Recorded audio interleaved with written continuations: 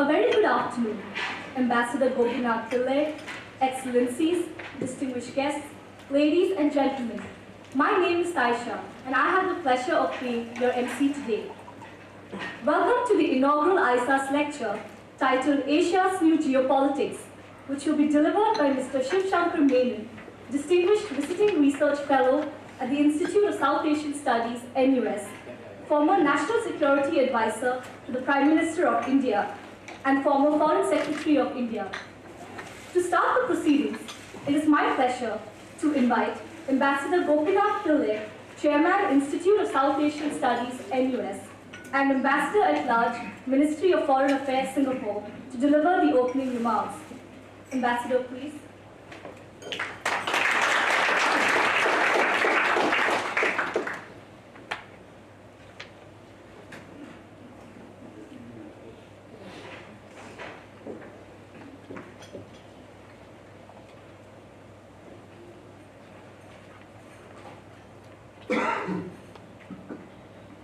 Good afternoon, ladies and gentlemen, Excellencies, distinguished guests, ladies and gentlemen. It is indeed my great pleasure to welcome you all to this inaugural ISAS lecture. This lecture series invites a select group of distinguished senior researchers from ISAS to present their views, their perspectives on ongoing developments in South Asia. The main aim of the series is to collate information and insights on important developments and then make this available to the media, to the academia, to businesses and civil society. The topic of today's talk is Asia's new geopolitics. This is a deep and wide topic, and it is very, very relevant at this moment. When I was a schoolboy, and that was a very long time ago, we used to sing God Save the King. George VI was the king, so that gives away my age. And we used to believe that the sun never sets on the British Empire. But with the independence of India and other colonies, sun did set on the British Empire. The situation changed quite drastically, and the invincible British Empire began to withdraw from the east. East of Suez, the pullout by Harold Wilson, was something that actually shocked everybody, particularly Singapore, because the naval facilities in Sembawang were gone, and people had to look for jobs. Some of those, a very large number of Indians were employed there. Some of them went back to India, some got passports to go to London, to UK. The US moved seamlessly to take the place vacated by Britain. It was the sheriff of the area. Now, some of you may remember that one of the Australian ambassadors, prime ministers, had volunteered to be the deputy sheriff, but unfortunately that could not take place. And the United States gained traction in their position. They entrenched themselves well with new institutions like CETO, CENTO, and so on, and they were very strong. But now we are at the cusp of another change, and this is taking place with far more Asian involvement. Asian countries have become, through the strength of their economies, contributors to decision-making in Asia as well as globally. To discuss this great change that is going to take place, we have a distinguished speaker, Mr. Shivshankar Menon. who was listed by the Foreign Affairs magazine as one of the top global thinkers. He was a fellow at MIT and also at Harvard. In his long career, successful career in the Indian Foreign Service, he was ambassador to China, ambassador to Israel, High Commissioner to Sri Lanka, and High Commissioner to Pakistan. He rose to be the Foreign Secretary of India.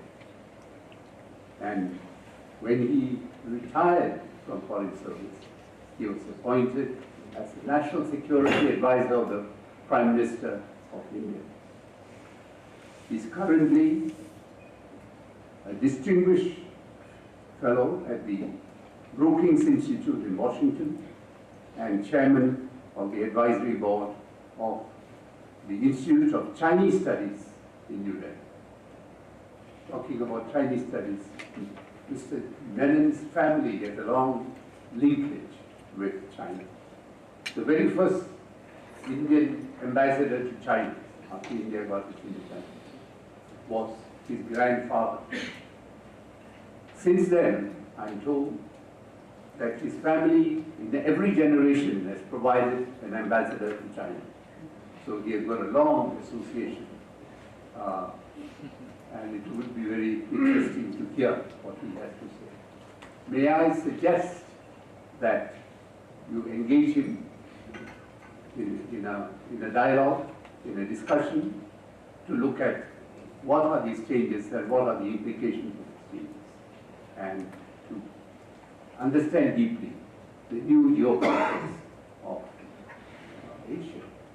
Ladies and gentlemen, I hope you will have a good, interesting evening. Thank you.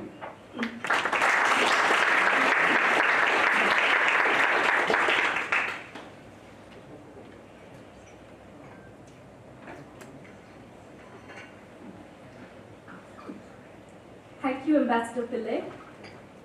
It is my honor now to invite our guest speaker, Mr. Shivshankar Menon, to deliver his lecture. Mr. Menon, please.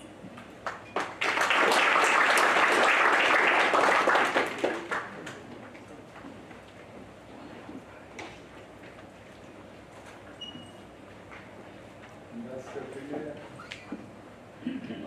dear friends, ladies and gentlemen,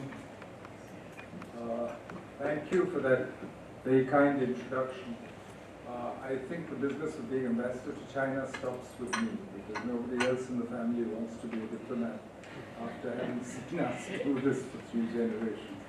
But thank you for the honor of delivering the inaugural ISAS lecture, and to such a distinguished audience. And I'm really flattered to see all of you here. I should probably begin by explaining why this title, Asia's New Geopolitics. Why geopolitics? And what's new about it? And why do I speak of Asia and not about the Asia Pacific, or the more fashionable new term, Indo Pacific?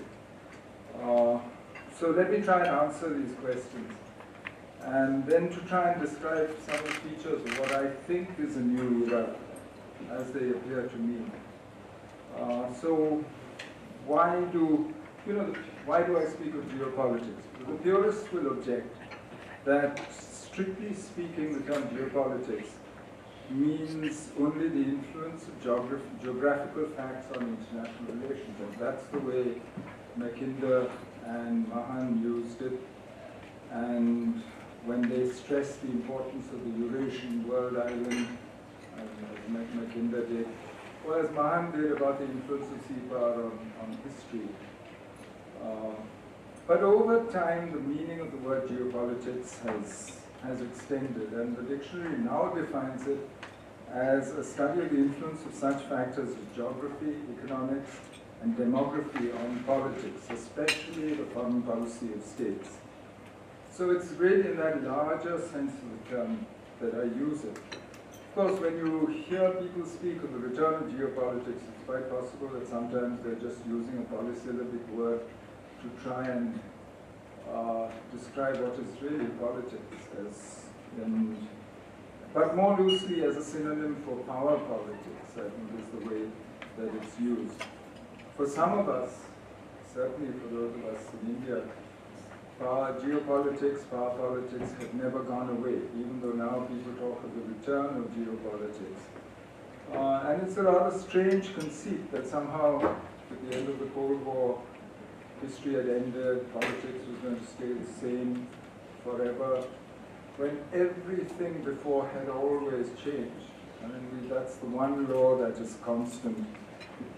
But what is new today is that we seem to have shifted again from that post-Cold War era, where that unipolar moment where there was one superpower which dominated global geopolitics. But it's hard to say what we've moved to, because that was a moment where we had the high tide of globalization, where relatively open trade, investment across the world, where US power was dominant, where the Western liberal international order seemed to be running the world. So why do I think that we're in a new era of geopolitics? For me, there's four big signs or big trends that really explain this.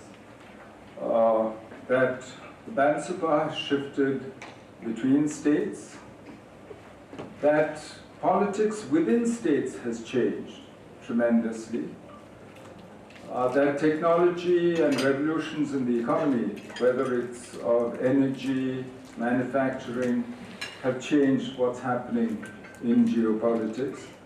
And most important, we have a whole set of new security issues, a whole new agenda that we have to deal with. So there's really four big reasons, for me at least, of why I think this is a new era of geopolitics. And let's look at these a little more carefully. If you think of the balance of power between states, this has clearly shifted. As a result of globalization, of which China and India were the greatest beneficiaries, economic power has certainly shifted and is much more widely held than before in the world. The preponderant change, of course, is the rise of China. Everybody knows about this. But other powers have also grown. In 1980, the share of the advanced countries in global GDP, in GDP terms, was 64%. It's now down to 42%. China has gone from somewhere around 3% in 1980 up to 17.8% in 2016. And India went up also around a little less than 3%. To about 8% or so by 2016. But I think what has disoriented most people is the rapidity and the scale of this change. If you combine India and China together, by 2014, India and China together accounted for about half of Asia's GDP, total GDP. And of course, most of this is China, who is a manufacturing and trading superpower, determines commodity prices across the world, has accounted for about 25% of global GDP growth every year for the last 5 years or so. And even if you take the combined share of India and China together in global GDP, which at around, as I said, 25% or so in PPP terms, it's still well below their share of world population of about 37.5%. But the locus of economic activity has shifted. Of the world's total GDP of about 74.1 trillion, Asia now accounts for about 33.8%. North America for 27.9%, and Europe for about 21%. And that's a big shift. I mean, the majority is now in Asia. This is where the world's economy is. But at the same time, the change in the military balance has not been of the same order or scale, which may be actually one reason why Asia has enjoyed such a long period of peace. There's a disconnect, though, between the economic multipolarity which we see around us and the concentration of military power, which in normal times, a disconnect like that is taken care of by politics. But when politics are dysfunctional and don't work, then unfortunately it's settled militarily normally. That's what history tells us. So today we're in a peculiar position after globalization. The world is multipolar in economic terms, but military power is still overwhelmingly concentrated in the United States, who spends more than the next 10 countries put together on military, on defense. And the world military balance is still largely unipolar, with some local variations.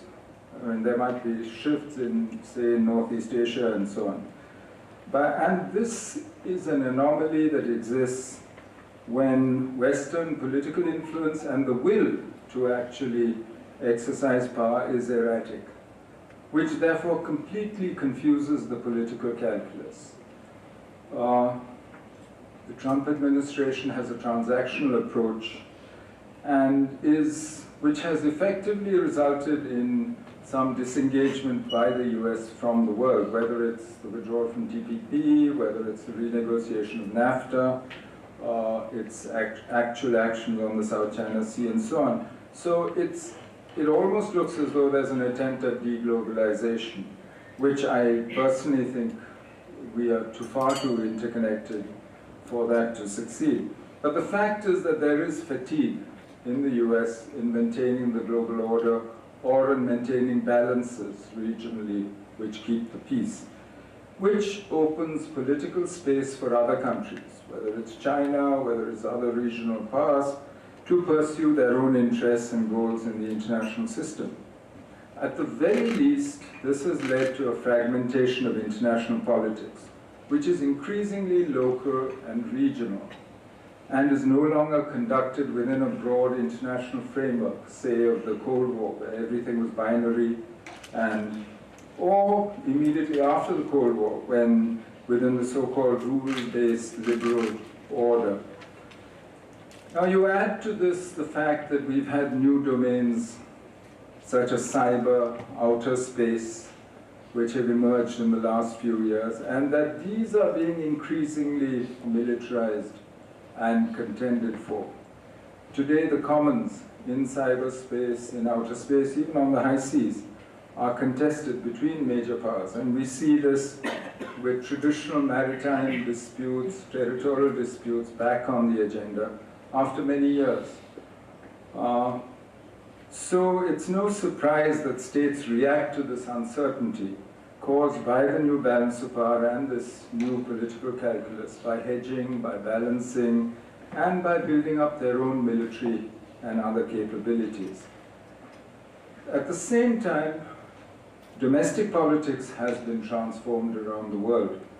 One of the consequences of globalization has been growing inequality within societies and fears of a loss of identity and the diminishing capacity of the state or government to determine economic and social outcomes. And it's paradoxical. As the capacity of the state to deliver high economic growth or to determine social outcomes or to manage new domains like cyberspace or to control the political and social narrative, as that has diminished, it's had a paradoxical result.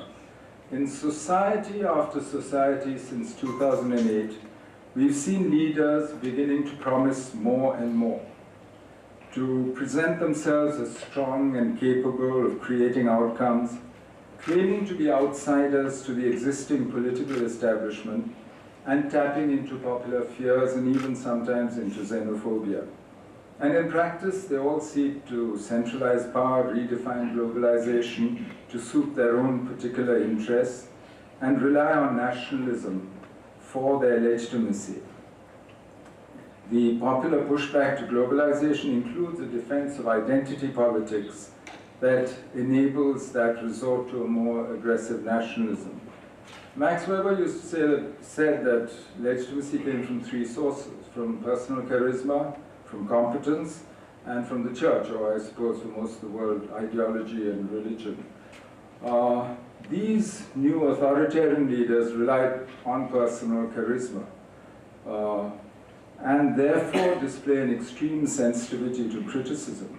And none of them are institution builders, because institutions work against personal power. And we've seen this happen from Japan, China, India, Turkey, you go. Trump is only the last of this phenomenon. They're not identical in all their programs, certainly not. They reflect local conditions. But how does this affect international society? In three ways, actually.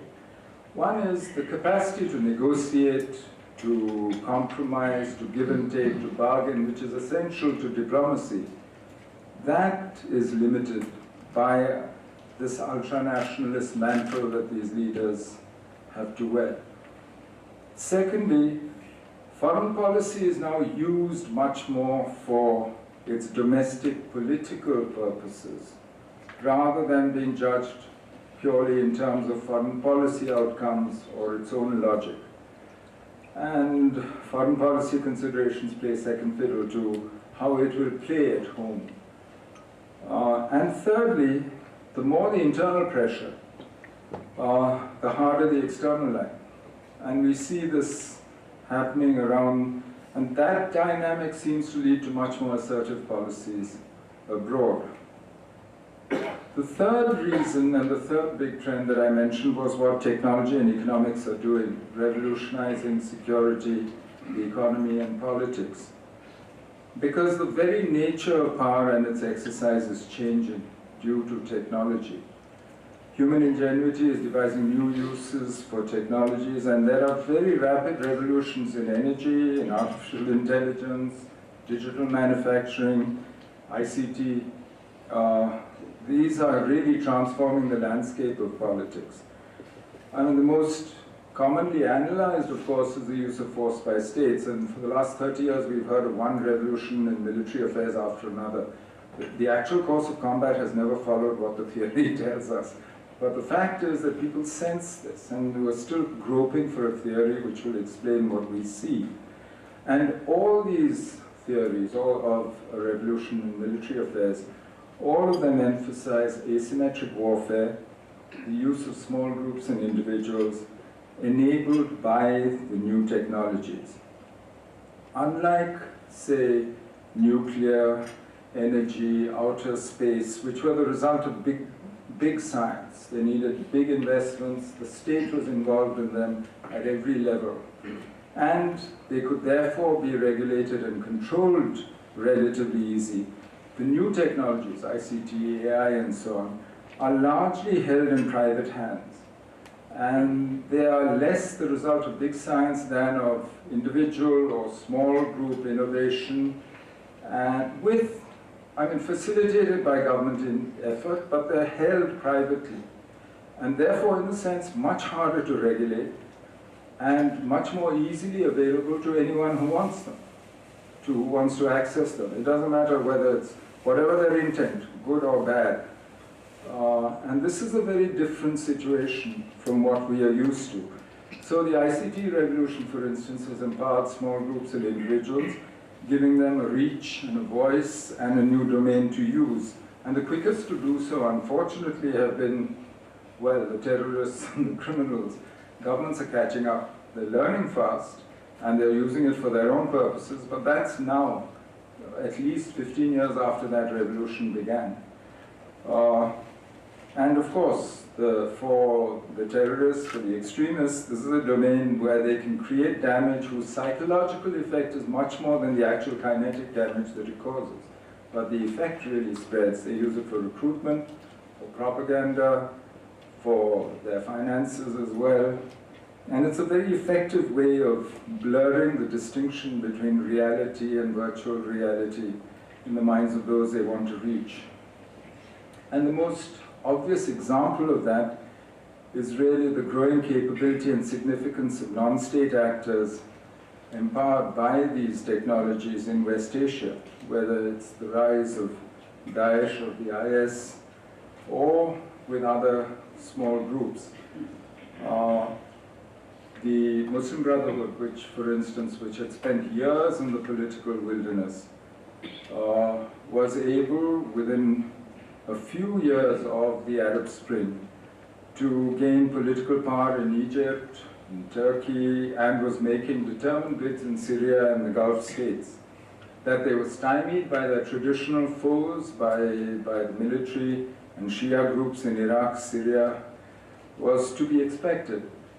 But the attendant mayhem and the serial political crises that we see across the Maghreb and in West Asia were made possible and prolonged in part by the communication and information technologies and the strength that they gave each group and even the individuals to spread their message and wreak damage, recruit, communicate, etc. And if we now see supporters of those extreme ideologies east of India, in Southeast Asia all the way up to the Philippines, their message has been spread and amplified by the internet and the social media. Of course, the cyber domain is available to all groups. I mean, it's not only the bad guys who can use it. And governments are quick to use them, use the same new technologies as well. But in its overall effect, ICT has further limited the state's monopoly of violence and has also reduced the state's influence on information and its ability to control the social and political narrative. And this is significant at a time when society and the economy, as a result of globalization anyway, have become much harder to manage and much more difficult to control. And as individuals are untethered from their traditional certainties by urbanization and the pace of change. In fact, as I think Robert Gates, who was then Defense Secretary, was led to lament about Osama bin Laden, saying, how does one man in a cave out-communicate us? And that's the technology at work. But what this has done is that, in effect, it's added uncertainty on top of several economic revolutions at the same time. When you see digital manufacturing, the application of AI to global value-added or supply or manufacturing chains, it will overturn contemporary economics and change things quite fundamentally. Energy has had direct political effects, particularly the use of shale oil and gas and the increasing cost-effectiveness of renewable energy. They're changing the geography of power too. The US, for instance, having become a net exporter of energy, has much less incentive to maintain political stability in West Asia, and can now pursue her perceived political interest in preventing, say, Iranian predominance in the region without worrying too much about her earlier economic interest in maintaining stability so the flow of oil would continue. As long as she can insulate her domestic manufacturing, she actually has an interest in higher international energy prices. For China, it's the opposite problem. She's turned into a net importer of energy in the 90s, and now she has an interest in political stability, which allows the free and continued flow of oil and gas from West Asia and in low oil prices. But she lacks the capacity to do very much about it so far, so she now works on building up that capacity. And I think it would be natural for states like India, like China, to start doing something about what happens in the Middle East, in West Asia, because it's going to affect their future so directly and their own economic well-being. I wouldn't be surprised if we see much more capacity being built to actually intervene in the region. So my point is really simple, that shifts in technology, in energy, in manufacturing will have political consequences between states and within them. And we can no longer extrapolate the last 30 years of economic history to the future. Of course, big changes mean big opportunities for those who are quick, who can seize them, but you need to be able to predict them. And the trouble now is that uncertainty is so high that it's much more difficult for us to say where it's going. And last of all, you see new security issues on the agenda. As our world has become more interconnected, thanks to globalization again, our security has also got more connected, and our definition of security has expanded. global supply, manufacturing, and value-added chains that globalization has produced also link our security across regions in the globe. Today we have to worry about food, energy, water security, climate change in the environment, global pandemics, and other such threats which spread through the connectivity created by globalization, have effects beyond national borders, and are beyond the capacity of any one state, no matter how powerful, to manage. So we see contention in each of the new domains, and the new security issues all require cooperative and global solutions. None of them recognize national boundaries. And for me, this is a new situation. It's no longer a question of national security in the traditional sense. You have a whole new agenda which demands a whole new set of responses. So these are really the reasons why I think we're in a new era of geopolitics. But then why do I talk about Asia? I mean, why don't I say Asia Pacific? Why don't I talk about, say, Indo Pacific? Why do I use Asia when, you know, especially you look at Asia west of India, Asia east of India, they're so different from each other. On the face of it, it's like Asia has two completely schizophrenic personalities. To the east are the fastest growing economies of the world, rapidly modernizing, industrializing, urbanizing, strong Westphalian states. To the west are economies that rely primarily on resource exploitation, mostly oil and gas, fragmented traditional societies, fragile states under threat, and fractured politics. In fact, in some countries, non-state actors are more powerful than the states themselves, west of India. No Western Asian economy figures in the top 5 Asian economies by GDP, either nominally or in PPP terms. And so, as a result, when people outside, say, India talk of Asia, they very seldom mean the whole continent. They don't use the geographical term. When the US, when they say Asia, they really mean East Asia and Southeast Asia. Now they've started including India. I think it's the same in Southeast Asia as well. This may have been a workable way of looking at things until recently. But I would put it to you that it's no longer so, for several reasons. Because Asia, with its 4.4 billion people, about 60% of the world population in 49 states, increasingly drives global prosperity and affects global security. I told you how the center of economic gravity is here, but also political and security. For one, globalization has meant that the prosperity of Eastern Asia is dependent upon and can be affected by what happens in Western Asia. And not just energy, but we've now seen it in terms of extremism, we've seen the radical ideologies and terrorist groups and their financing and inspiration from Western Asia, which affects the East also. We've seen it in the Philippines, southern Thailand, we've seen it with the Rohingyas. This is a serious issue for the future.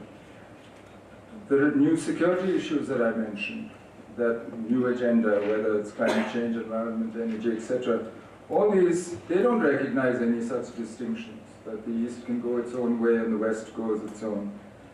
And the other thing is, if you look at it, the Eurasian landmass is being consolidated in practice. Look at China's Belt and Road, which essentially puts in place connectivity, which can carry everything. You build a road, a railway, put in aircraft, it will enhance that trend, strengthening not just economic ties, but also political, security, other links across the whole. Let's look at these two parts in a little more detail. To the west of India, maybe, yes, identity politics is very strong, stronger than nationalism, and we see a very high level of involvement from outside powers. And this goes well beyond just the role of religion in the legitimization of leadership. But the fact that there hasn't been so far a stable basis for political and economic process, and that there's been constant outside interference. With the elimination of Iraq from the regional geopolitical equation after the first Gulf War in 1990-91, Iran's natural preeminence started to assert itself and was furthered by the US invasion of Iraq and the Arab Spring. Today, Iran has influence in a belt stretching across the region, from Afghanistan to the Mediterranean and through the Persian Gulf, helped by the internal weakness of regimes that oppose her. Her Sunni Arab monarchical opponents rely on extremist groups to oppose her in Syria, in Iraq, in Yemen. But what this results in, frankly, is a problem for all of us. Not only threatening energy supplies, but also spreading extremism, as we've seen. For India, this is a huge problem. We have 7 million people who live and work in the Gulf. We over 63% of our oil and gas imports come from that region. But more important, it's the funding and the inspiration for terrorism that come out of the region is a big problem. But when we look the other way, when we look east, of course we see a very different picture. But even that is not an unmixed one.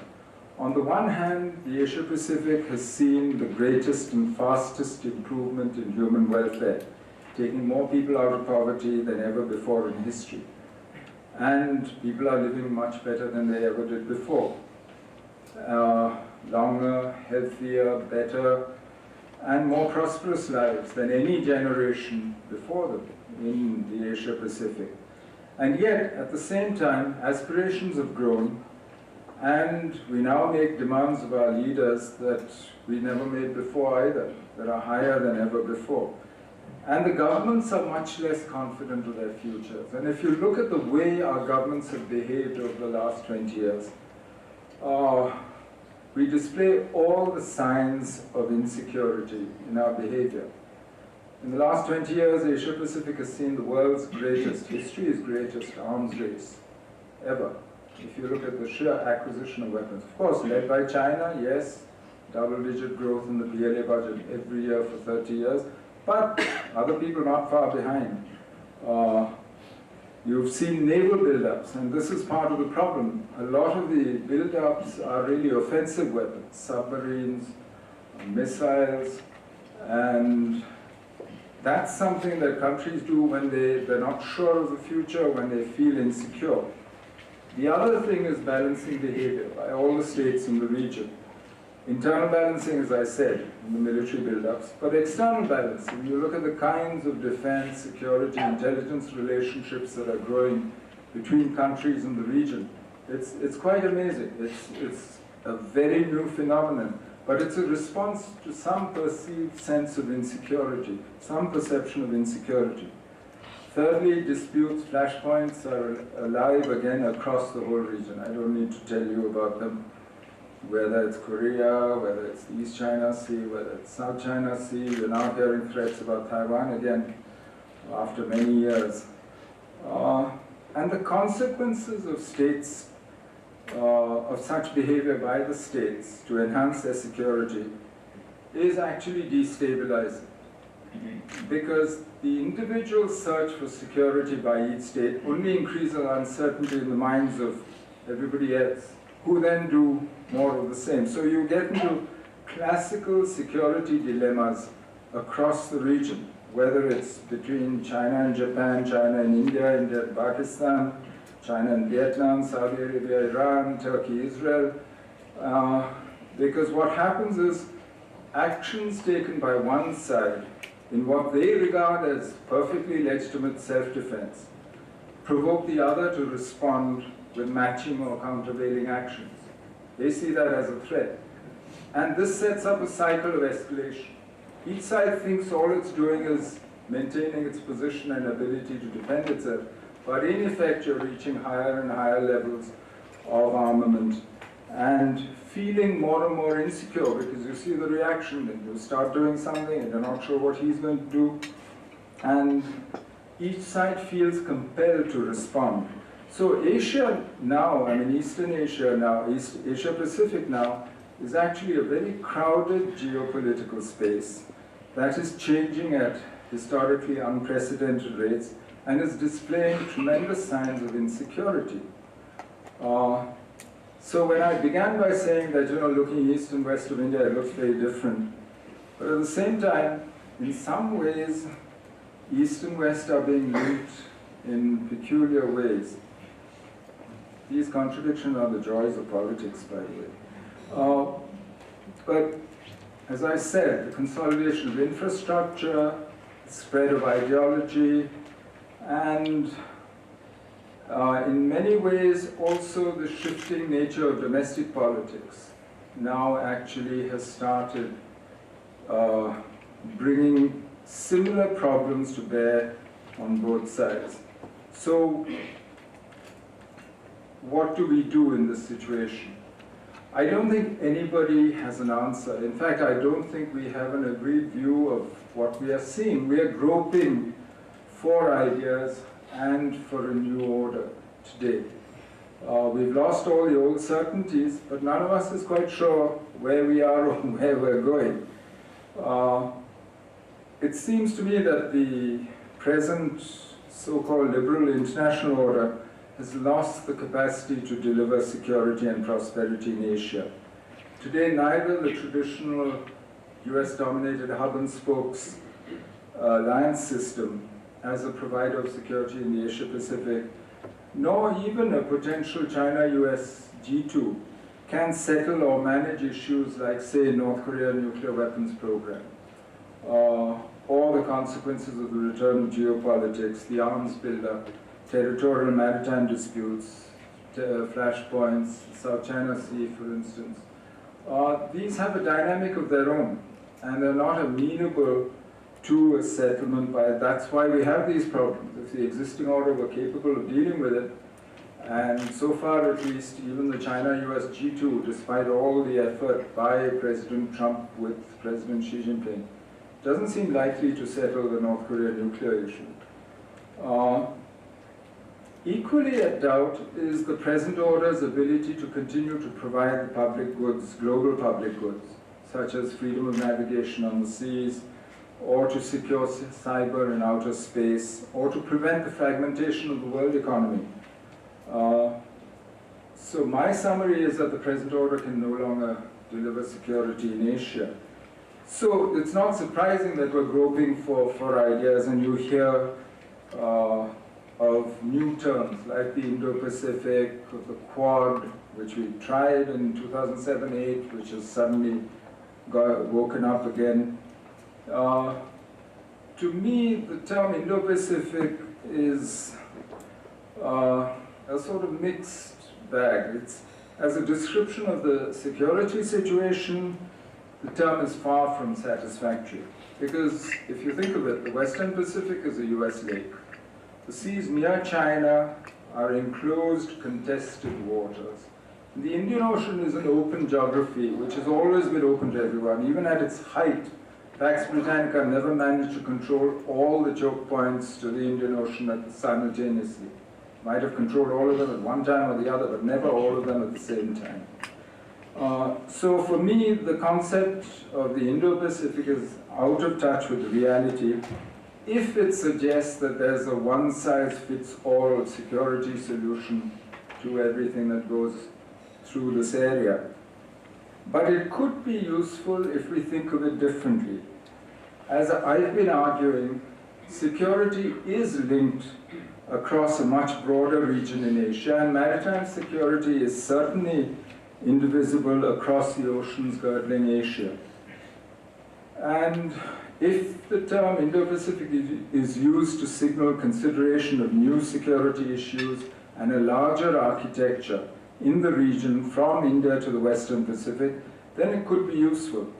But then we already have such a forum, thanks to ASEAN, who were the inspiration behind the East Asia Summit, and who showed the foresight to create that if the East Asia Summit were to turn its mind to the security of this extended region. It seems to me that would really be a logical way forward. And even a China that seeks center stage and to play a greater role in the region and the world might find this a useful way to work with other powers who share a desire to improve on the present world order. Because Asia really faces two possible geopolitical futures. One is of sub-regional orders centered on one power, whether in Western Asia or in the other is of open, inclusive, multipolar concerts of powers, or a security architecture that is much more open. In Western Asia, if it were a single power, it could hypothetically be centered on the US or on one of the three regional powers, on Egypt, on Turkey, on Iran. But in the Asia Pacific, the obvious candidates for a monofocal or a single power centered order would clearly be China and the US. But for me, any order based on one power, either in the Asia Pacific or Western Asia, would be unstable. It would not reflect the present or the likely balance of power, and history shows has difficulties being rule-based or legitimized. On the other hand, multipolar orders in Western Asia or in the Asia Pacific, designed differently to deal with the different problems of each region, each sub-region, would be relatively stable. Asia's own past of coexisting multiverses and the history of the concept of Europe suggests this. Such multipolar orders would reflect the economic multipolarity in Asia that has emerged in the last 20 years. There would be a natural evolution from the US-led order that has enabled Asian security and prosperity, and they would reflect the existing balance of power in the sub-regions and their likely future evolution. And therefore, to me, that is much more likely to succeed than the attempt to construct a new order based just on one power. But it won't be easy to build a multipolar, open, inclusive security order, because given the mutual suspicions, the security dilemmas that I mentioned, and the ambitions of the great powers, even though it is clearly in everyone's best interest, it requires recognition by the major powers that this is a desirable goal, and that even the attempt to try and get to it would have value. The quest itself would be a significant confidence-building measure and would change the framing of several issues and hotspots from zero-sum to positive-sum. And I therefore hope that's the path we will take. That's what ASEAN can really help with, because ASEAN can play a significant bridging role. It was ASEAN's initiative that set up ISAS. Whatever forums we have where we discuss security in this part of the world are actually thanks to ASEAN, whether it's the ASEAN Defense Ministers meeting, plus whether it is the ARF, so I would hope that ASEAN can actually use its convocatory power to bring Asia-Pacific states together to discuss the security issues that I mentioned: military doctrines and build-ups, crisis management, maritime security, cybersecurity, and the new security agenda. Possibly under EAS auspices, but that, frankly, we need to be flexible. And as the present chair of ASEAN, it would be Singapore that, with her wealth of experience, that we'll all look at. So you must be wondering where I'm going with this long, winding description of a contradictory and uncertain world. Unfortunately, given the state of geopolitics, any analysis of it can only be fragmented, inconsistent, and inconclusive. Because, as I said, we are betwixt and between eras. The old order no longer works and does not reflect the balance of power, but the new one is not yet born or apparent except in bits. So where are we? We're watching the geopolitical decoupling or the fragmentation of the world system. During the Cold War, Europe was the central to global affairs. All crises were linked to or dealt with in the framework of bipolar rivalry. The only differing in this big degree of interest of the superpowers. Now Europe is a regional sideshow. It's lost the geopolitical centrality that it had in the Cold War. Today, a crisis in the Baltic, Ukraine, Crimea, is important to Europe, it's important to US, to Russia, but not a significant risk to the rest of the world, to the emerging markets. Powers like India and China can sit quiet on Ukraine. A North Korean nuclear crisis, on the other hand, today involves major powers who affect the global balance and risk. While the center of gravity of world geopolitics has shifted to Asia Pacific, at the same time the East has effectively been decoupled, in a sense, from Europe in a political sense. But the paradox is that this localization, this fragmentation of politics and security within and between states has occurred when science and technology and the economy have linked economic and social fates across regions. And when all the new challenges require cooperative solutions. In other words, the decoupling of politics and security goes against the economic integration that globalization has brought about. So I hope that we are heading towards multipolarity and that we are able to deal with it. It looks to me as though we're reverting to the historical norm in Asia, which is a set of multiverses, within which Eastern Asia, the Indian Ocean region, Southeast Asia, America, Europe, live separate political and security lives, but are very intensely connected economically and intellectually and in terms of innovation. This may sound paradoxical, but is possible, and indeed has been a familiar pattern through much of recorded Asian history. Politics and security are local, while economics, science, and religion, culture, ideology are global.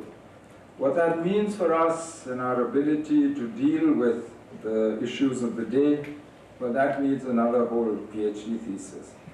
But before I conclude, when I conclude, I can't hold out much hope to those who hope to go back to the trajectory that the world was on before 2008, before the global crisis. There is no going back, and the future is uncertain. But that doesn't mean that the future is without hope. We live in a time of challenges, but it's also an amazing time.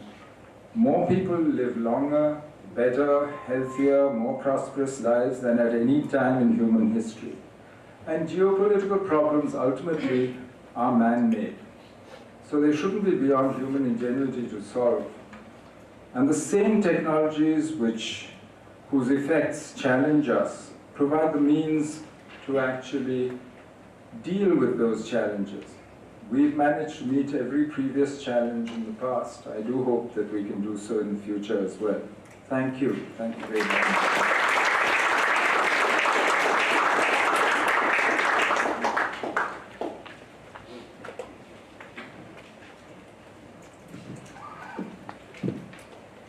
Thank you, Mr. Menon. I would now like to invite Ambassador Gopinath Pillai on stage to chair the question and answer session. Ambassador Pillai.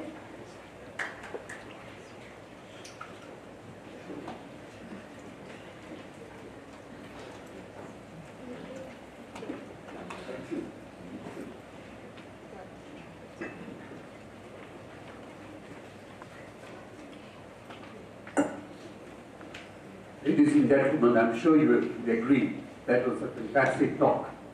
Our subject is not that easy to deal with. Now I'll open it to the House, but it's been my normal practice to ask the first question. But in this particular case, I decided to waive that condition because I didn't want to make it an intra-Kerala dialogue. So I was looking around and I found somebody taking copious notes. This is my friend Girija Pandey. So I will ask him to ask the first question.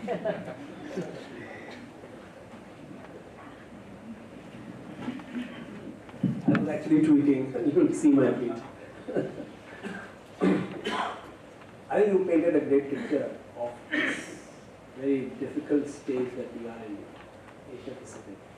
ASEAN has been trying to play a role, but I'm not sure whether there has been great success in bringing the big powers on a table together or making any difference in the power politics that goes on. And in North Korea, the role has been not much. In India and China, the role has not been much. On South China Sea, it has not been much. So ASEAN has its own limitations in trying to bring the powers together. So, but you seem to be more confident of ASEAN centrality. Well, the reason is because I think, large powers tend to overestimate their capacity, especially when that capacity has grown so quickly and so rapidly. I think that tends to, but then when they try everything themselves and it doesn't work, then they promptly come and ask ASEAN to help them. I think we're at that stage. You look at the three issues that you mentioned, North Korea, nuclear, for instance. Both the US and China have tried. They have a strong interest in denuclearizing that peninsula. And yet there seems to be no reason to expect that Kim Jong-un would give up his nuclear weapons after what he saw happen to Gaddafi, who gave up his weapons, Saddam, who didn't have them but claimed to have them. And he's resisted all pressure so far. So if that's the case, and if even the G2 by department can't settle it, I think it's logical that people would then look for other ways of trying to settle. They look for other forums, other places, where they can deal with the consequences of this. And what is the answer then? The only answer is to create a structure of stable deterrence in the Korean Peninsula, which at least localizes the problem and limits it. And that can't be done just by one or two or three powers. It has to be a larger exercise which involves others.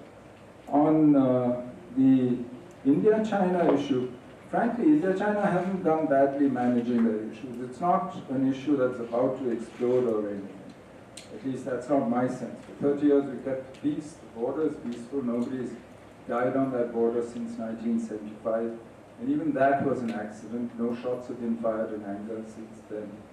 So I'm not sure that there's much room. But South China Sea, look at how ASEAN's patience has finally brought you to a stage where you are actually discussing a code, and you will probably have a code, if not this year, if not in 2018, but certainly it looks as though you will come to it. So it seems to me that ultimately everybody comes back to ASEAN. And ASEAN's centrality is partly because of its record of success, but also because ASEAN is regarded as honest in these issues. That ASEAN is not regarded as choosing sides or speaking for one power or the other. And is not really, in that sense, it's large enough, the 10 states, that people can have some faith in its objectivity. So for me, there's nowhere else to go. Where else could we go? Can we go to the UN? I don't think its record for the last 20 years inspires too much confidence. We have no other regional organizations. We don't have an existing architecture. And we have nowhere else to do this. So this is why, for me, ASEAN centrality is not just a form of words and, a mantra that we repeat. I think it's the only possible alternative if we want an open, inclusive security architecture which we can all subscribe to. Yes. Okay, can I have the High Commissioner first? No. Okay, thank you very much. Give you in a minute. Yeah. Thank you, Mr. Menon. It was a very, very incisive talk. And we should be grateful to Ambassador Pillai, that he arranges these talks for all of us.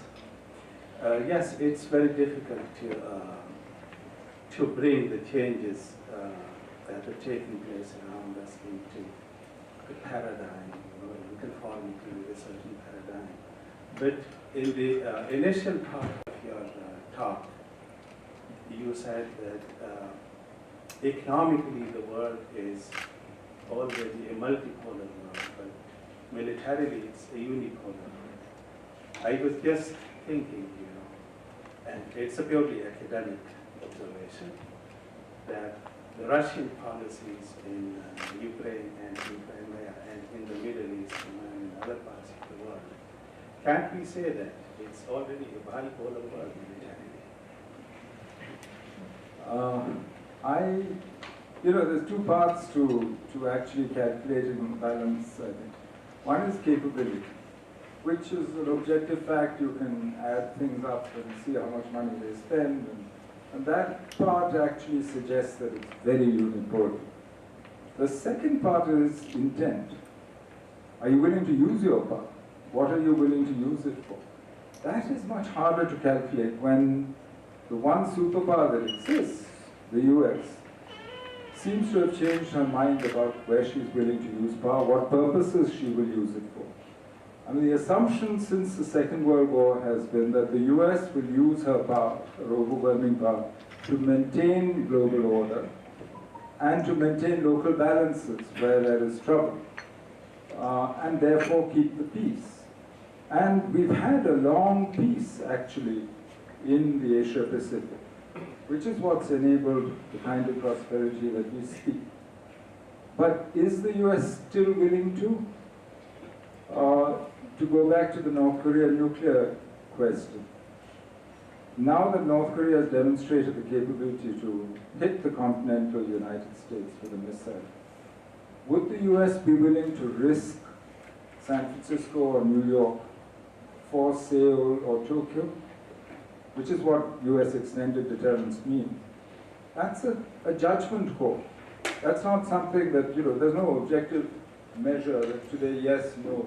You have to go by what they say, but you also have to go by what people believe. What South Korea and Japan do as a result depends on whether they believe it or not, what their answer to that question is. And that's much harder to say. So you're right, you know, I mean, in terms of capability, the world is unipolar in military terms. In terms of intent, it's harder to say, which is why I said there are local variations. The US was not willing to intervene to prevent the takeover of Crimea, for instance. But there are other situations where the US might be willing to intervene or to work with local partners too.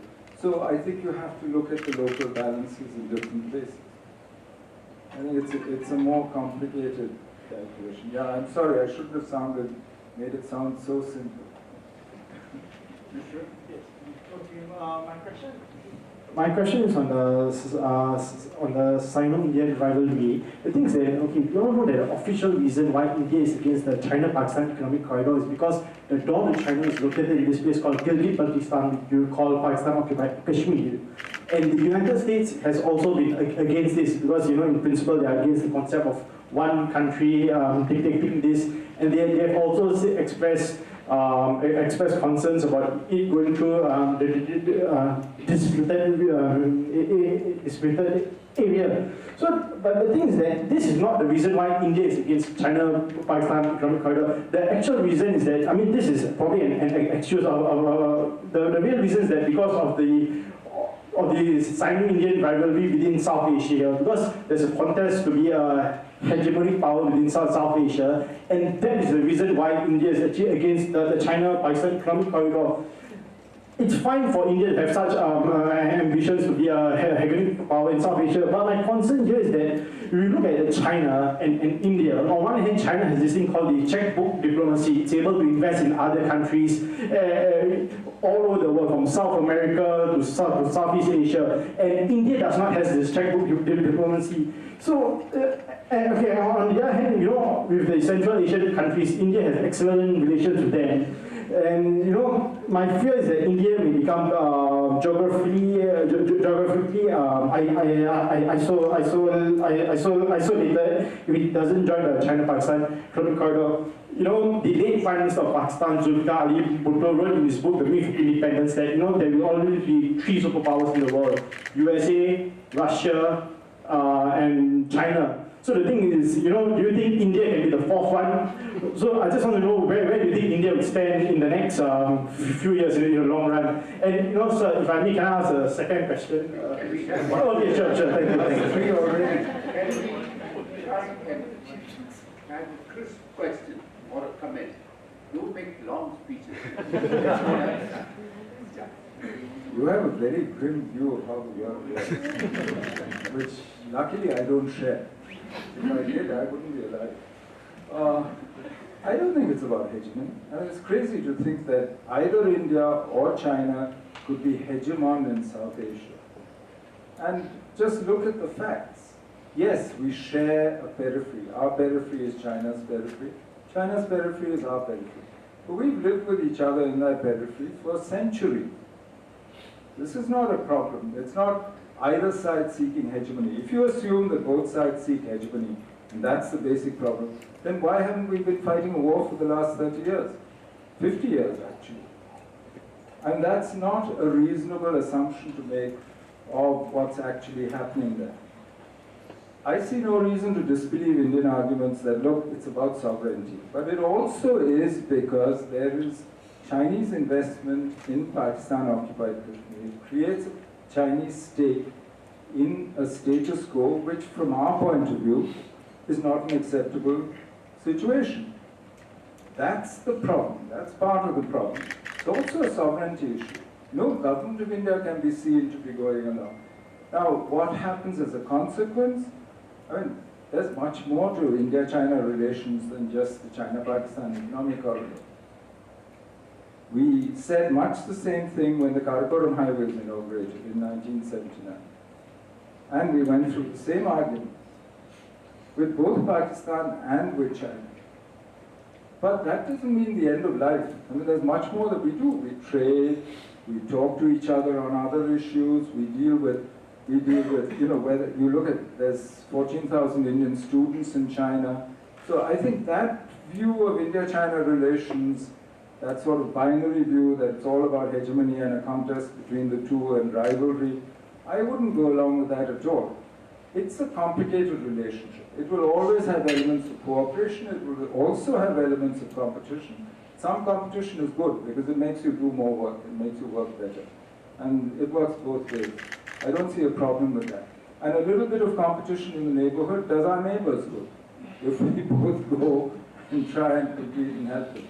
And if I were a neighbor of India and China, I would go to India and say, look, the Chinese are doing this, why don't you do it for me? And I'd tell the Indians the opposite. And do what I could. That's normal politics.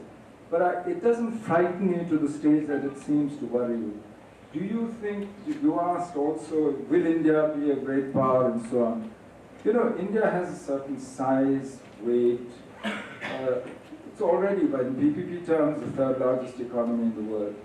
But it's a peculiar power because it has overwhelming domestic issues which it still has to deal with. It has to transform itself. It has too many poor people. It needs to do things about education. We have enough to do at home.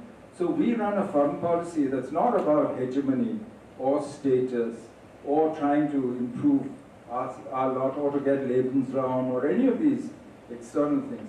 We run a foreign policy which enables the domestic transformation of India. By the sheer fact of our weight, our location, where we are, we will have a certain level of influence in the world, and we have it anyway. But the use of that, we use that power, that influence, whatever we have, we use it for our own transformation, and that's the only sensible policy for India. So please don't go around thinking that just because the IR textbooks say that great powers act in a certain way, which is all based actually on Western assumptions from the struggle for mastery in Europe within 40 years. And strangely, we seem to have made that into a global theory which is supposed to apply to everybody. It doesn't apply to India, it certainly won't apply to China. We have our own strategic cultures and traditions. And we have different situations around the world. So I think we need to get out of this mindset which reduces the world to, because by this standard, we should be, killing each other every day.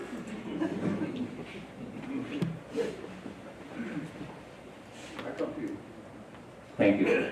My name is Termsap from the ASEAN Study Center, and I thank Mr. Menon for your kind words about ASEAN. I also believe that ASEAN is trying best to achieve positive something. But within the last 2 weeks, I think President Trump made two controversial decisions that increased tension in both East and West Asia. Recognition of Jerusalem as the capital of Israel, and the imminent decision to authorize U.S. warship visit to Taiwan. you happen to have served in both Israel and China. And from your perspective at Brookings Institute, can you share with us your analysis how to understand this Trump policy of stirring up everything in the world? I wish I could. I can't answer for Trump. Sorry. No, by the way, what I said about ASEAN was not kind words. I actually mean it. And I hope that ASEAN actually does so, because I don't see very many other signs of hope. That's my problem. But about the Jerusalem recognition, I think he went. I believe every Arab head of state or government that he consulted beforehand advised him against it. And he spoke to quite a few, every one of them. But he went ahead with it because he says it was a campaign promise he had made. Whether the embassy actually moves or not, you've seen the results on the streets. It also, in effect, I don't think anybody now can believe that this administration will be honest broker in any Israeli-Palestinian negotiation. And I think it, in effect, puts off the prospect of any kind of settlement between Israel and the Palestinians even further. Not that it was anywhere close by. But as a symbol of how to do business and America, how America sees its role, I find it a bit worrying. Because as I said, this is not an America which is maintaining balance or is trying to restore order. This is an America that is playing domestic politics. And I think that's part of the problem.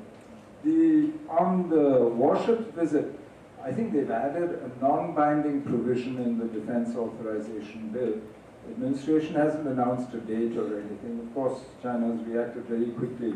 Both in Washington, I think they had an official say, if a US warship goes to Kaohsiung, we will immediately invade, and something like this. Some statement that, this is part of the dance of politics. Each side signals things, but nobody has actually said, I'm going on this day or this is a ship. And let's see. We've heard earlier statements from Mr. Trump himself about one China. He seems to think that this is a negotiable instrument in order to get his way on North Korea or on other things. I think from the Chinese point of view, this is something they paid for a long time ago and they don't see why they should pay again. So I'm not so sure that they regard this as negotiable, is one China. So let's see where it goes. But there I'm less worried. I mean, I don't think that has immediate consequences in terms of actions by either side. But certainly the rhetoric is wrong. Yes.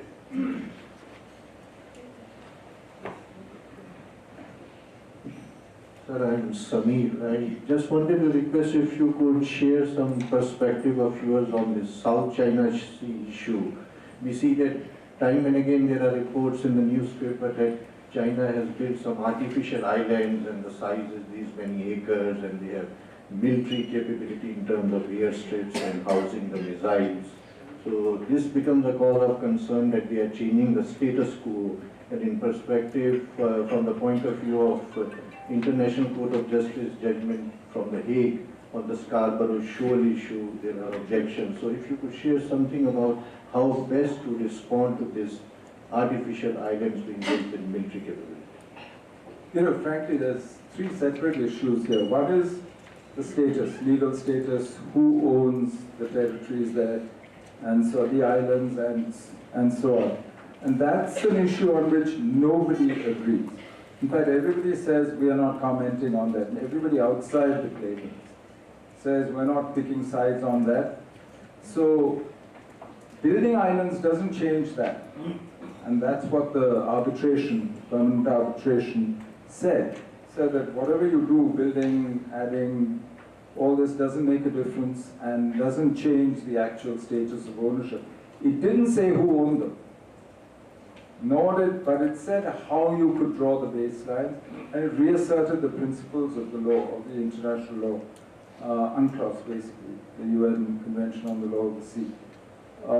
The second problem is the actual military balance in the area, because for many of us this is a critical area. For India, for instance, South China Sea now has become important, which it wasn't before. In 1991, about 15.6% of our GDP was external merchandise trade. And most of it went west through Suez. By 2014, it was up to 49.3% of GDP was external merchandise trade. It's almost half our GDP. And more than half of that went east through the South China Sea. So suddenly, South China Sea, freedom of navigation in South China Sea becomes a vital interest to India. Now, we're not the only one. I mean, the world's major trading nations all use that ocean, whether it's Japan, whether it's China, whether it's the US. And frankly, we have a common interest in freedom of navigation there. It's in nobody's interest to see freedom of navigation affected in the South China Sea. At least I don't think so. So I think whatever the balance of power in there, which frankly is something that I'm not qualified to comment on because I don't know enough. I mean, I've been out of government now for almost 4 years, so I'm very happy. So I'm not going to go there. But it seems to me there's enough of a common interest all around for ASEAN, for China, for India, for Japan, for the US, to make sure that at least the trade and other peaceful flows go through the South China Sea, no matter what. So then, what is China doing? Why is China doing all this in the South China Sea? You have to then look at other things, including political gains that she's looking at showing everyone around that don't think that the old system of relying on the US is going to solve your problems here. If you want to solve your problems, come and talk to me. And I think that's a logical message. If I were Chinese, I'd also be telling people that. Come and talk to me, and I think that's what she's doing, and that's exactly what she's doing. She negotiated a declaration, she's now negotiating a code directly with ASEAN, she's talking to the other claimants. And I think what we're watching is what I was saying, the building of a new order from the bottom up, bit by bit. Whether it's Belt and Road, whether it's what's happening in the South China Sea, whether it's convertibility of the renminbi. And I think this is logical. This is what China needs for her own development, but she also says there's space in it for others. Whether there is or not is something that needs to be negotiated and worked out. And that's why I say we need somewhere where we can talk about these issues and why we need, as I said, something like ISAS, where you can look at individual issues of the problems where we rub up against each other and discuss them. Yeah. Hi, thank you so much for a very explanatory talk that you've given us. You didn't touch at all on the issue of water, which is perhaps one of the most precious resources today, and how much of all the shifting and the activity that you've mentioned, how much of it is really related to controlling this resource? It's difficult to say. I mean, it depends who you ask. People will tell you that, you know, if you look at all the great rivers of Asia, so many of them arise out of Tibet, whether it's, you know, the Yangtze, the Salween, the Mekong, the Irrawaddy, the Brahmaputra, the Indus, you know, and therefore, and China's very short of water, and it's diverting water, that there is a huge issue here. The glaciers are melting. We're not even sure how long the rivers will stay the way they are. So it is a problem, but you know, I personally, maybe just because I'm an optimist, 80% of this planet's surface is water. For me, it's not a water problem, it's an energy problem. Can you desalinate? Why can't you desalinate? Because you don't have the energy. But you have the technologies, you know exactly what to do. And they're available. It's a question of whether you're willing to pay the price. As the cost of energy goes down, and especially with renewable and solar now, I mean, the last bids for solar plants in India were lower than the bids for conventional, for coal-based plants, or for any of the other plants. So when you're bidding out and when you're getting bidded costs which are so low, I don't think it's too far away when you can really use the oceans as a source of water. And once you do that, then you've actually simplified your problem considerably. So, you know, this is why I said the same technologies which cause you all this trouble, as you say, empowers terrorists and so on, it's the same ones that we need to use to actually try and solve our problem. But maybe I'm just, you know, Pollyanna, I don't know. Yes. Thank you, Mr. Menon, Olisante, German ambassador to Singapore. Thank you for what was indeed a very analytical talk. You said at the end of your talk that you wished for a multipolar world to replace what we built up after the Second World War in 1945. And I'm not so sure, having listened to you and being a diplomat simply, if a multipolar world is actually something that we can be very happy with. The reason being the following in simple terms, and following the rule of the moderator to be as short as possible. Accepting a multipolar world means to accept poles. Accepting poles means to accept the rules that poles apply, to find out who is a pole, who will remain a pole, and who will become a pole. Competition, if peaceful, is something that can generate stability, for sure. Competition that becomes unpeaceful, because the fight for water, for example, for energy, for whatever you have in order to keep our world alive, if that becomes a competition with violence, then a multipolar world will be an unhappy world. What I'm trying to say and ask you what in your vision of a multipolar world, what role does the rule of law play, which we have fought for so long?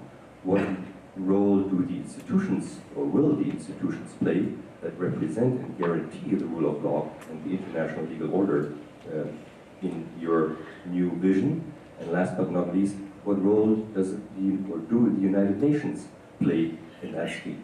Thank you very much. Well, I think the rule of law, the UN role, the UN especially, that's an instrument of power. So I think we'll come to that last. But if you look at human history, for most of our history, the world has been multipolar. And this is why I said we've lived in separate multiverses, which dealt with each other economically in various ways. I mean, Pliny claimed that we managed from Asia to destroy the Roman Empire by taking away all their gold and selling them luxury goods. This was happening a long time ago. This is not deglobalization today. This is not Trump. Now, we've lived in a situation where we've run political orders, separate political orders, and we've had multipolar world for most of history. What we see now and what we saw after the Second World War was an aberration, actually, in historical terms. It was unique to have a bipolar Cold War world, and a unipolar world also was unique and was a peculiar product. Now, for me, it's a rather strange conceit to think that that somehow is more stable when power has actually been spread already. When, as I said, economically, power is much more widely dispersed in the global system. Even in terms of local military balances, as we were saying, today power is dispersed. Now, if you don't recognize the actual distribution of power in the world, in whichever order you create, whether it's multipolar, unipolar, if it doesn't reflect the actual distribution of power, there's going to be trouble. Because people who have power, who are not represented in the order, are going to make trouble for that order. So whether it is peaceful or not, you know what you said, is it going to settle issues peacefully? That depends on how accurately, how much it reflects the actual distribution of power between states, within states. And the only stable order is something which can cope with change. Today we're in the middle of a huge change, and a multipolar system has much more hope of doing that than a rigid system. Now the rule of law, I mean, I was a diplomat for almost 37 years before I became a national security advisor. And the rule of law is very convenient to those who make the law. But if you look at the international situation, it is still fundamentally anarchy. For all the talk of law, we use the law where our interests demand it, and luckily we have enough common interests to use law. Which are the most developed parts of international law? International commercial law, because we have common economic interest in it. But if you look at the laws of war, they're broken more often than they're respected. You look at, and it really doesn't, wherever you look at it today, frankly, if you ask me, we need to look at it all over again. It's not enough to look at what Grotius said and how international law developed during the centuries of European, well, hegemony, I suppose. I think we need to look at the law and how it applies, because why is it not working in most of these cases? Why do we keep talking of genocide, of various crimes against humanity over and over again? Part of it, of course, is because we don't recognize the reality that we see, but also because the law is no longer relevant to much of what we see around us. And I think that's a fundamental problem. And we need to sit down and do this all over again. And we can't do it the way we had done it in the past. Some of the laws which we've done in the New World, post-war, like the UNCLOS, for instance, have a much better chance of working than the earlier rules of war were done basically by a small group of states, long before most of the world became independent. So I think you have to actually start opening the minds to the possibility that this is a different world, and that the rules will have to change as well to reflect that world and that new balance of power. I know this is not a good thought for a European, but I think that's the way it is. Perhaps more for Asian as well. Yeah, I'm sure there's lots of people who would feel very threatened by this. But you know, if you think of it, if you think of the overwhelming majority of states in the UN today, most of them are new, are in the last 60, 70 years. They had no part in all this, and they'd like to have a say. And if you look at the way the laws are drafted, they barely reflect their interests. So I think we need to move on and maybe find a new way of looking at these things. Can Wants to reply. She has the right to reply. Yes, Will, but do make it short. We are running out of time. Just not a way to reply, but just a question. Seeing that, accepting that vision, so to say, of the rule of law, does ASEAN, seeing how China deals with ASEAN as an international organization and with the ASEAN states individually, does ASEAN has a chance to have a chance to survive? Taking your model. Certainly it does. Because I don't see a problem, even though I'm neither Chinese nor from ASEAN. But for me, ASEAN has not only survived, it survived difficult times in the past, but it also performs function for everyone, and has performed that function for a long time. I'm not sure that I understand the question. Maybe later. Okay, one more question before I ask my young friend, Mr. to continue. Yes, Mr. Jumaba. After this, Mr. Well, thank you for a very short. very wide coverage of events. I want you to concentrate on your own country, India. The current administration and its behavior towards its minorities. Is that good for India? Its idea to change the history of India from its ages. Do you agree with this policy?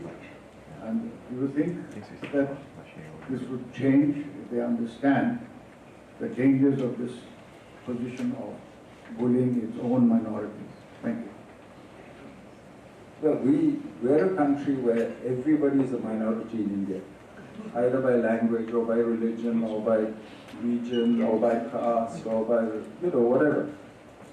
And we've always had this problem of people who think they represent majority opinion and deciding that they speak for the whole country. Every time in the past we've gone through this, we've gone through these cycles. In fact, we've had terrible violence sometimes as a result.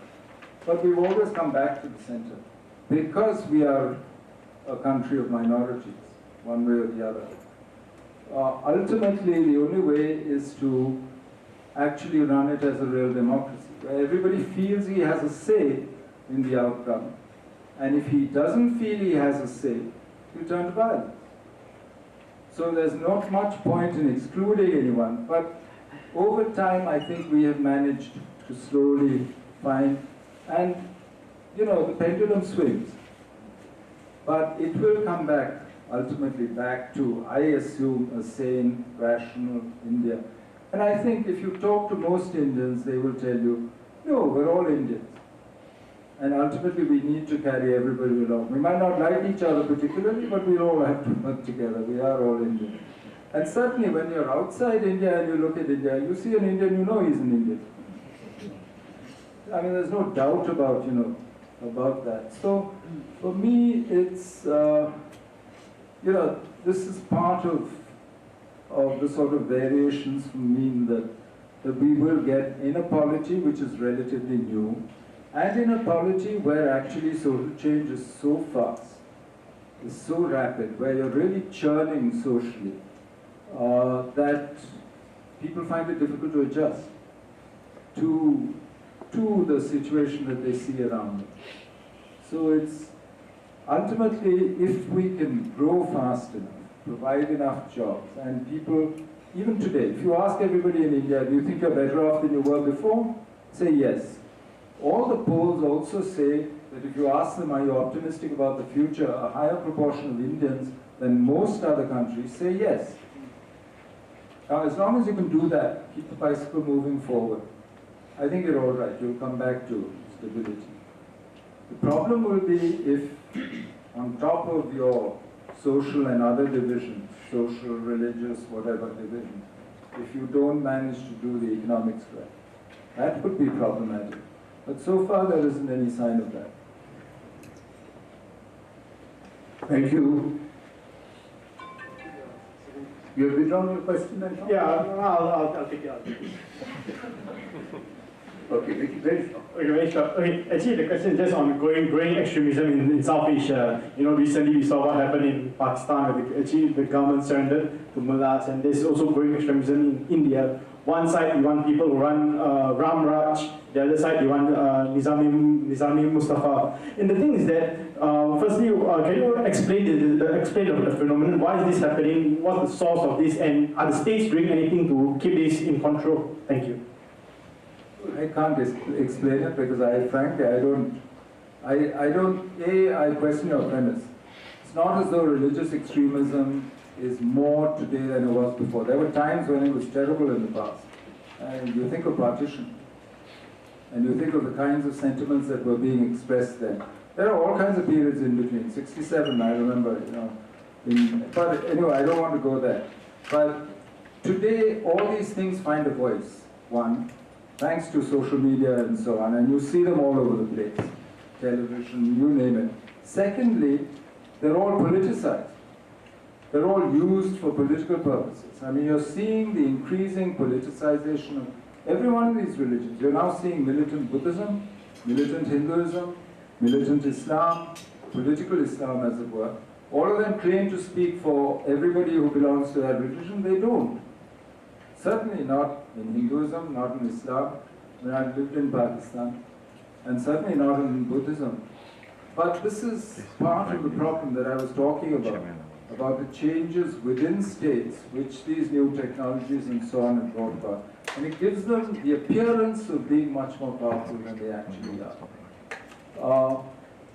Now the risk is, as you said, if the state actually connives at all this and deals with it. But that's something that each country has to actually address itself and deal with.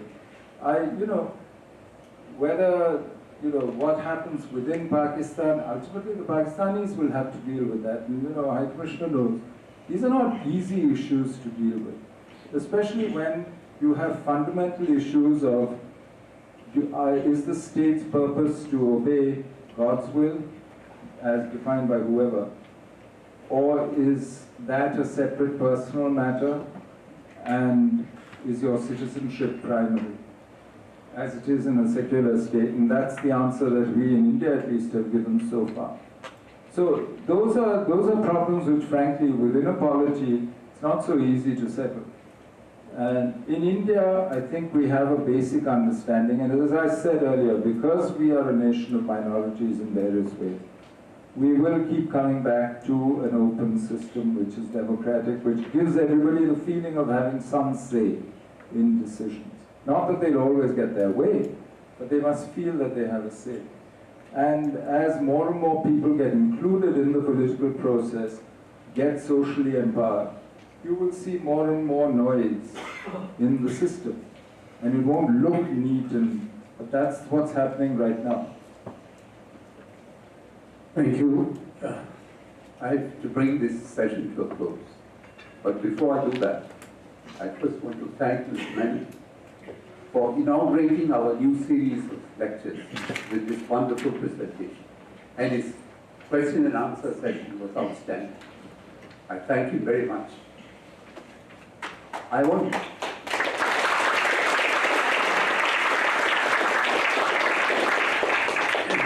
to also thank my friend High Commissioner Nasrullah Khan for mentioning that we do organize good talks. This is self-serving statement. Thank you, High Commissioner. You see, what ISAS tries to do is to build up a network in South Asia that gives us access to information, insights, opinions, whatever. We have a finance minister from Pakistan as a visiting fellow. We have a former foreign minister of Bangladesh. We have several very senior bureaucrats from India on our panel. So these people make up the body of our research experts. And from them we get information and we share this information. And for a late part of December, to have a crowd of this size, I'm very grateful. Because I think it is first the speaker, second the organizer. That's how I like to be. You may say, organizer has no role in it, but we do. We select. I'm very grateful that you are all here to listen to this. We have two more lectures coming. One by Mr. Vinod Rai, who was the Controller and Accountant General of India some time back, and still a very influential figure in the bureaucracy of India. And the other one is by Dr. Subbarao, who was the former governor of the Central Bank. So these are excellent talks. We'll let you know when it is, and we hope you give us your support. Ladies and gentlemen, I will now hand it over to our young MC.